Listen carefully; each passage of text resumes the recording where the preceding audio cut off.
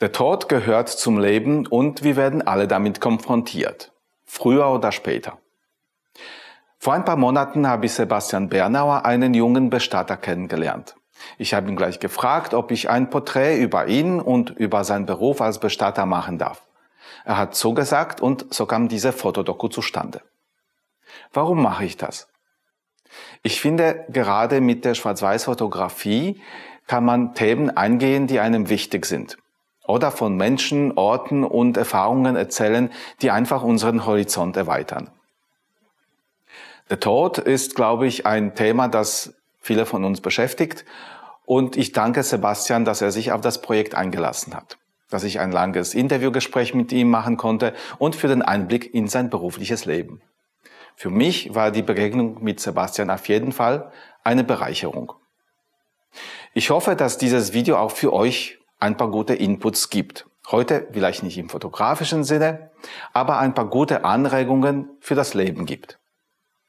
Wir sehen uns beim nächsten Video. Bis bald. Ja, Bestatter bin ich per Geburt geworden. Ich wurde da reingeboren. Wir haben in der Familie schon seit 1865 eine Schreinerei gehabt und das Bestattungsunternehmen lief dann nebenher. Die letzten 2 Jahre war es dann allerdings wirtschaftlich schwierig und ich habe Anfang des Jahres die Entscheidung getroffen, die Schreinerei aufzugeben.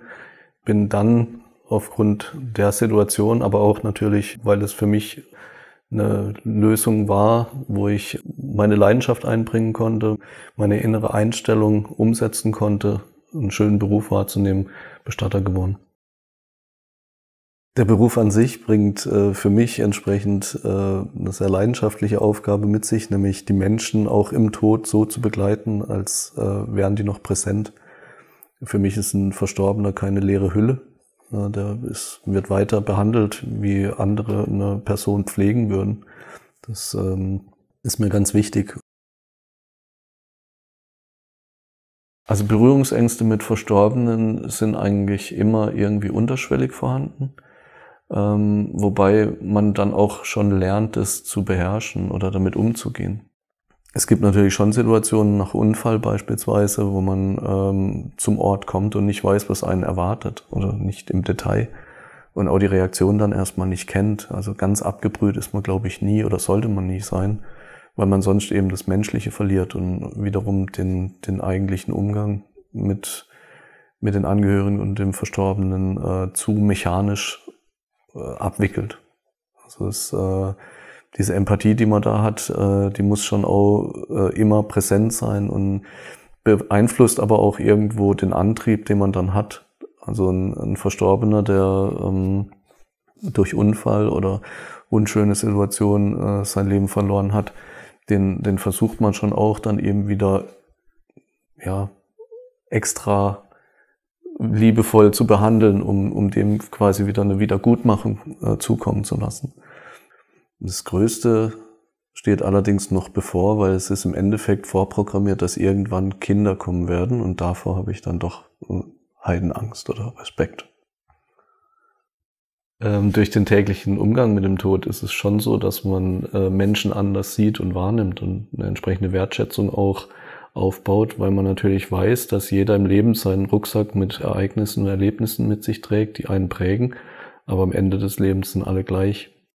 Also das Erlebte auf der Arbeit sorgt natürlich schon auch dazu, dass man manche Dinge anders wahrnimmt. Also gerade so das Endliche, auch in jungen Jahren, durch Unfall, durch Krankheit, ist auch präsent, kommt immer wieder vor. Und man macht sich dann schon Gedanken, was wäre, wenn es bei mir mal so weit kommt, dass ich einen Unfall habe oder so, was passiert mit der Familie? Ist die versorgt? Und dann nutzt man natürlich auch die Zeit mit der Familie oder schafft sich die Freiräume mit der Familie, um mehr zu erleben und vielleicht auch intensiver zu erleben. Also im Verhältnis zu den letzten Jahren bin ich definitiv jetzt, seit ich es hauptberuflich mache, öfter einfach tagsüber mal weg und unternimm was mit meinen Kindern. Ich habe selber vor dem Tod, glaube ich, keine Angst, aber die größte Frage, die mich beschäftigt, ist, wer wird mein Bestatter? Weil als Bestatter hat man, glaube ich, das größte Problem, man kann es ja nicht selber machen und müsste dann erst jemanden beauftragen oder jemanden finden, der das im gleichen Maße umsetzt und mit dem gleichen Feingefühl auch lebt, sozusagen. Und das führt zu gewissen beunruhigenden Gedanken in der Hinsicht. Aber da muss ich mich mal noch drum kümmern, tatsächlich. Für mich als Bestatter ist es wichtig, dass das Thema Tod nicht zum Tabuthema gemacht wird. Dass die Menschen da offen damit umgehen und es als Teil des Lebens sehen. Und ich will da mit Gesprächsrunden, Workshops zum Thema Suizid, Kindstod, also alles, was eigentlich negativ behaftet ist, das Ganze voranbringen und öffnen, dass die Menschen einfach wissen, wie geht man mit Betroffenen um, ohne denen zu schaden und Dinge eher zu verschlechtern.